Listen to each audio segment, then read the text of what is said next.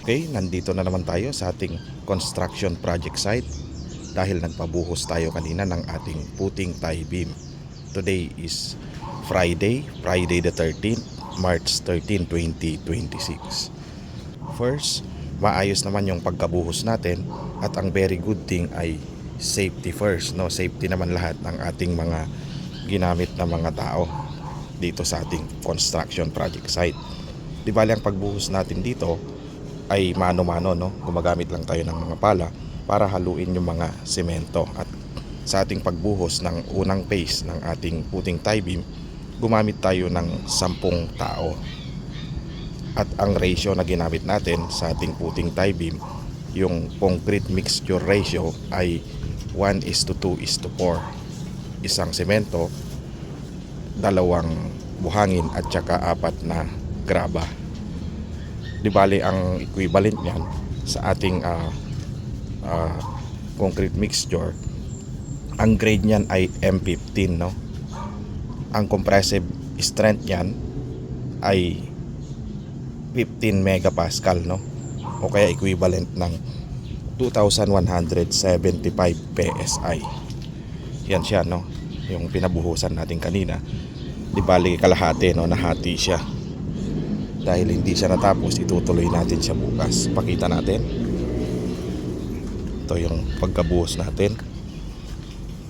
Di bali yung cutting natin, kung papansinin ninyo, di bali ano siya, no?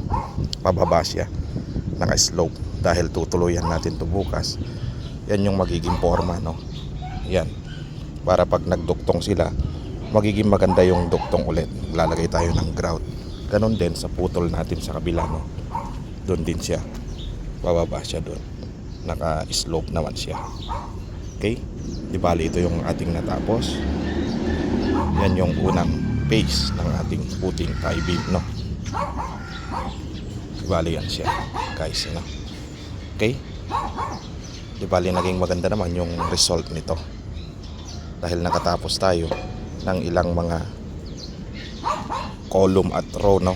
Itong row ng ating column, makikita ninyo na natapos natin 1, 2, 3, 4, no? Kaapat ito. Yan. 1, 2, 3, 4. Yan, 4 na row ng ating column. At mayroon pa natitirang 4, no? Kasi dito na siya naputol sa banda dito.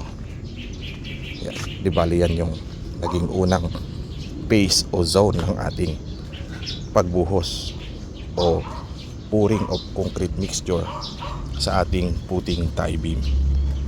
Nakagamit tayo ng 65 bags, no, ng ating semento.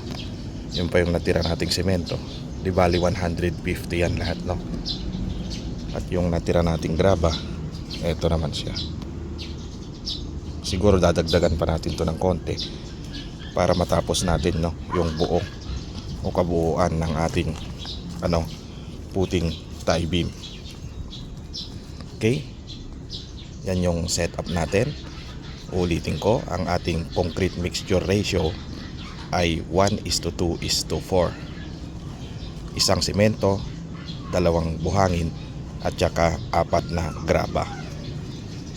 Yan yung ating ginamit na concrete mixture sa ating puting tie beam. At hanggang dito na lang muna. Magkita ulit tayo sa susunod para sa ating mga iba pang detalye ng ating construction project serye. Okay? Hanggang sa muli.